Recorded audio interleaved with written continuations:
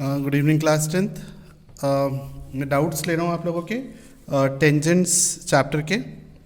तो कुछ ही डाउट्स बचे हैं, तो ये डाउट्स लेकर के क्लास नेक्स्ट चैप्टर स्टार्ट करेंगे, हाइट्स एंड डिस्टेंसेस, जैसे मैं कह रहा था। तो first of all I am taking question number 11th of exercise 18B।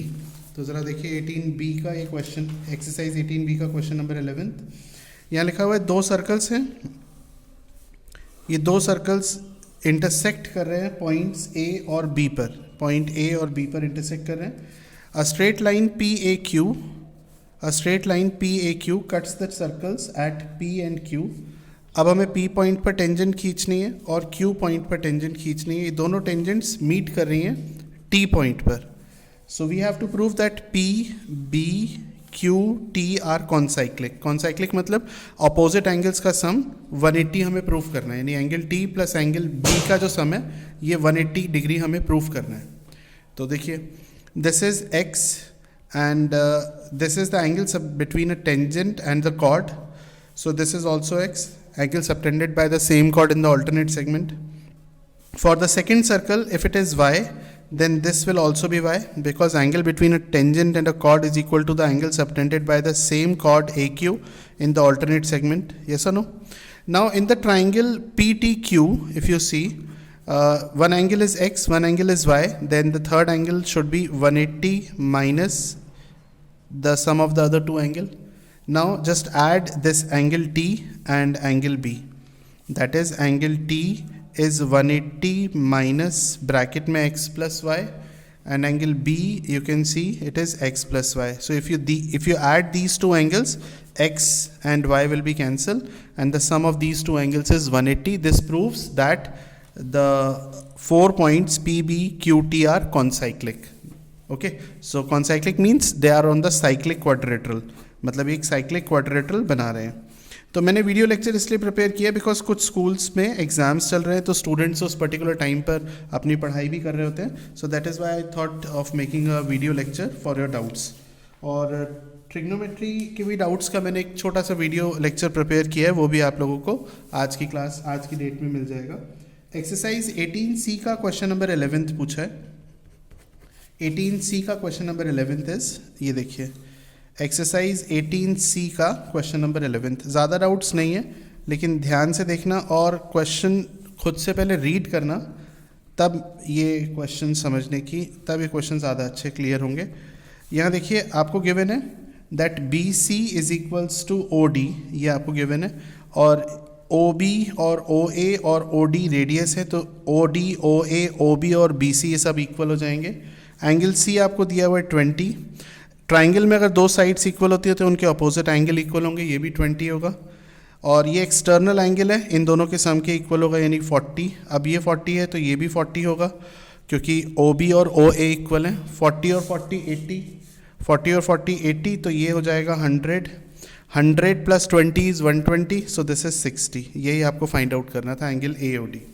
So this is how we can easily find the solution for this question. Question number 13th पूछा है 18C का।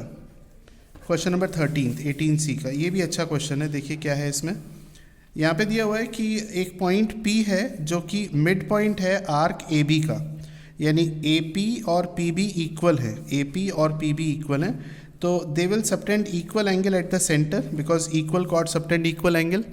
अब यहाँ पर P पॉइंट पर tangent खींचिए और आपसे proof कर रहा है कि ये जो टेंजेंट है, मान लेते हैं PT, ये पैरेलल है इस कॉर्ड AB के। तो देखिए अगर हम मान लेते हैं कि ये एंगल x है, तो ये एंगल 2x होगा, क्योंकि इस कॉर्ड से सरकमफ्रेंस पर जो है x बनेगा।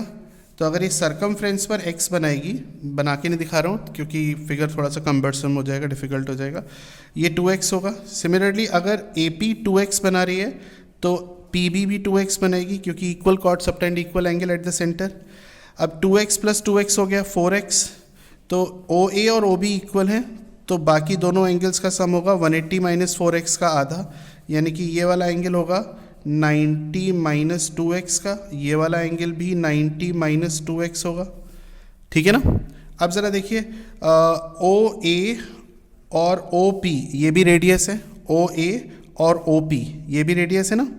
तो ओ ए और ओ पी अगर रेडियस है तो ओ ए और ओ पी के ऑपोजिट एंगल भी इक्वल होगा, ओ ए और ओ पी के ऑपोजिट एंगल भी इक्वल होगा। क्लियर है ना बात? तो अब देखिए ये एंगल हमारा 2x है, ये एंगल 2x है, तो ये मैंने जैसे बताया बाकी 2x और 2x 4x, तो 180 माइनस 4x हो गया बाकी दोनों एंगल्स का सम, तो हाफ करके 90 माइनस 2x आ गया। अब देखो ये OP रेडियस है और ये टेंजेंट है, तो रेडियस और टेंजेंट के बीच में 90 डिग्री का एंगल होगा ये पूरा, और ये x है, तो ये बचा 90 माइनस x, 90 माइनस एक्स हो गया क्योंकि ये पूरा एंगल 90 होगा, ये x है। तो ओ ए के सामने अगर 90 माइनस एक्स है तो ओ पी के सामने ये भी पूरा 90 माइनस एक्स होगा, यानी मैं ये बता रहा हूँ एंगल ओ ए पी ये भी 90 माइनस एक्स होगा।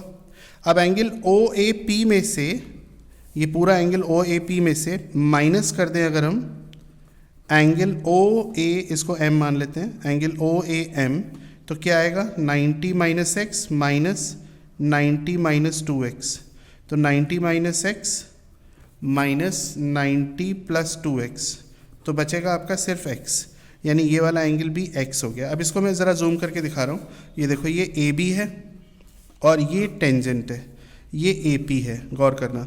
तो मैंने ये एंगल x है, ये देखो ये x है और ये भी x प्रूफ कर दिया। अब क्योंकि ऑल्टरनेट एंगल है और ऑल्टरनेट एंगल तभी बराबर होते हैं जब लाइंस पैरेलल होती हैं, तो इससे प्रूफ हो गया कि AB और ये जो टेंजेंट है ये पैरेलल है। ओके, अब इसके बाद नेक्स्ट जो क्वेश्चन पूछा आपने 18C का ही है, 18C का नेक्स्ट क्वेश्चन है 28th।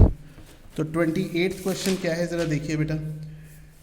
28th क्वेश्चन में सेम क्वेश्चन है, 28th क्वेश्चन आपका बिल्कुल सेम है इसकी तरह, ये जो आपने अभी पूछा था 28th क्वेश्चन और 11th क्वेश्चन सेम है, 28th और 11th क्वेश्चन सेम है, आप रीड कर लीजिएगा।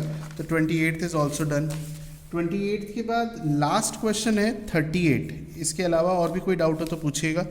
ये देखिए इसमें दिया हुआ है कि ये दो कॉन्सेंट्रिक सर्कल्स हैं, देखो बेटा ये दो कॉन्सेंट्रिक सर्कल्स हैं और बड़े वाले सर्कल की कॉर्ड है ये भी बड़े वाले सर्कल की कॉर्ड है, लेकिन इस तरीके से बनानी है कि छोटे सर्कल पर टेंजेंट हो ये। तो आपको प्रूफ कर रहे हैं कि ये दो कॉर्ड्स बड़े सर्कल के लिए जो छोटे सर्कल पर टेंजेंट हैं ये इक्वल होंगी, ये आपको प्रूफ करना है। तो हमने क्या करा, सेंटर से इस पर एक परपेंडिकुलर ड्रॉप करा, सेंटर से परपेंडिकुलर ड्रॉप करा। अब छोटे सर्कल को देखो तो ये छोटे सर्कल की रेडियस है, इसका मतलब है कि O M has to be equal to O N. अब ज़रा ओ एम को देखो बड़े सर्कल के लिए, तो आप कह सकते हैं कि O M is the perpendicular distance of the chord A B from the centre and ON is the distance of the chord CD from the center. Since OM is equals to ON, that is these two chords are equidistant from the center, hence two chords are equidistant from the center only if the chords are equal. तो इससे proof होता है कि ये chords भी equal होंगी। ठीक है, तो बहुत सिंपल सा क्वेश्चन था। तो ये डाउट्स हैं 18B और 18C के जो कि आपने पूछे हैं, और ट्रिग्नोमेट्री के डाउट्स का मैंने अलग लेक्चर प्रिपेयर किया है। तो प्लीज़ अपने और डाउट्स भेजो ट्रिग्नोमेट्री में, जो मैंने 2 शीट्स भेजी हैं, that is height and distance का और ट्रिग्नोमेट्री का, ताकि मैं लाइव क्लास लेकर के क्लियर करूं या वीडियो लेक्चर के थ्रू क्लियर करूं। And kindly give me the feedback. अगर कोई क्वेश्चन क्लियर नहीं है तो मुझे बताना, मैं उसका दोबारा समझा दूंगा 1 to 1। Thank you.